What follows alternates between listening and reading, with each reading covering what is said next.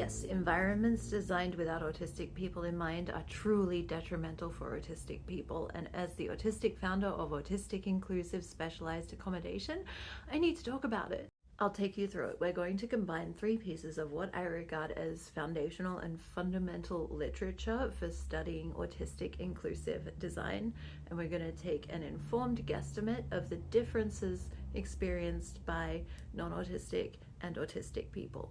And I say it that way because the only thing we focus on in a society that's predicated on resource distribution by social hierarchy is the social aspects. That's all we talk about. The research is starting to go more on how autistic people experience things rather than how we're experienced by non-autistic people. And that's a fundamental shift. It started about 10 years ago. I'll start as succinctly as I can. Dr. Damien Milton was the first autistic researcher to bust through the glass ceiling that was researching autism as an autistic researcher, because before he did that, we regarded autistic people as not able to be objective enough about autism to study autism. So since then, 12, 13 years ago, that changed everything. It's really taken off since then, but the narrative hasn't changed. They say the DSM is about 20 years behind the actual research. So as it relates to the reality of autistic lived experience, especially around housing and the infrastructure, that's too long to wait. So I founded Autistic House on this evidence. We are evidence-based, but it's the evidence since those 13 years, not before, which is what everybody else is using. Let's get started. I know we're 2 minutes in already, but the first thing we want to look at is what's the current infrastructure based on?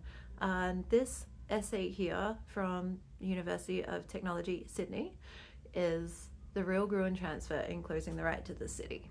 Now read on. The idea of the Gruen transfer, named after the architect Victor Gruen, explains the way that consumers are intentionally disoriented by the design space of shopping centers. This is not simply about spatial disorientation, but the way in which the relationship between citizen and society is reshaped to be one based on financial transaction and consumerism. So the author, who is James Arvanitakis, goes on to say that the Gruen transfer is enclosing the right to the city, as in all public common spaces, including like city centers, are now given over to consumerism priorities. So that is the disorientation, the design disorientation of the people within those environments. And those people are assumed to be non-autistic. It's saying that even non-autistic people experience navigational fatigue deliberately by the designers of public spaces. Right, so next we look at such an important study that is really underrated. Not enough autistic people know about it. You won't really be free until you know about this, because masking is useless. They can detect autism within seconds. They don't know what autism is. There's another study, I didn't pull this up, it's just incidentally, another Australian university did a survey, and they found that 4% of autistic people trust that society understands what autism is and how to support us.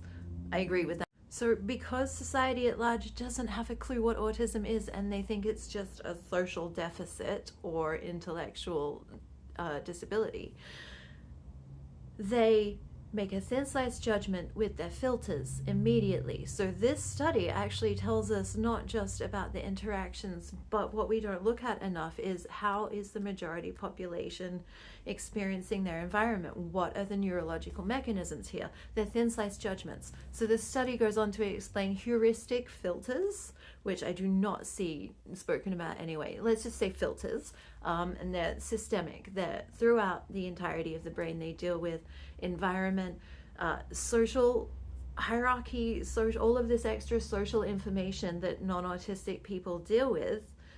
Let's look at, aside from the social differences, this tells us that they filter out inconvenient input. So then if we go back and consider that in the context of the Gruen transfer taking over cities and public common spaces, which are spaces that people are supposed to be entitled to, we see that they're actually tuning out a huge degree of the sensory disruption, which then disproportionately harms and excludes autistic people from the infrastructure. And like, there are so many other studies I could mention here. For example, the fact that autistic people generate 42% more information at rest. So that's at a minimum, because they were unable to measure the difference when we were actively processing. Okay, so at minimum, we are generating 42% more information because they filter everything out. So that was the last study. So this is the next one. Molecular framework for autistic experiences, mitochondrial allostatic load as a mediator between autism and psychopathology. So psychopathology, instead of saying their socials are broken, behaviorize them to socialize like us. Let's look at the processing load, the constant load of strain that we're under from not having these filters. This is why there's a famous quote by a guy, Luke Bearden, and he says, autism plus environment equals outcome. Or it might be environment plus autism equals outcome, but it equals outcome. So this is kind of my guesstimate as to how non-autistic people perceive environmental realities such as a shopping mall. So everything else is kind of blurry, and they focus on the faces. They filter everything out to focus on the faces. Very pleasant.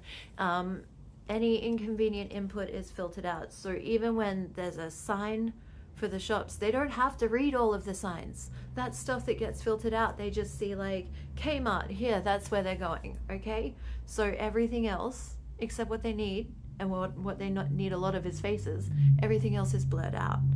That's my guesstimate. So without filters, what's this environment look like? Maybe something more like this, where it's all of the lighting and we have to process, we have to read all of those signs. It doesn't just get filtered out and handed to us. And the emphasis on people is nil. For my experience, I'm face blind, prosopagnosia. I think a lot of people a lot of autistic people just don't know that that's another thing in which we're different. And I think we'd find that a lot more of us are face blind than just the few of us who hear the word and go, oh, that's me. So if you haven't heard it before, prosopagnosia is face blindness, and it is highly associated with autistic people who don't see faces. So it's just lights. It's just all of this crappy information, and then it's intentionally engineered to be highly reflective and disorienting, even to the non-autistic population. So yes, the environment is truly that detrimental when it's built without autistic people in mind. And even again, or non-autistic people will benefit from addressing these environmental impediments which disproportionately harm and exclude autistic people from the infrastructure, including housing.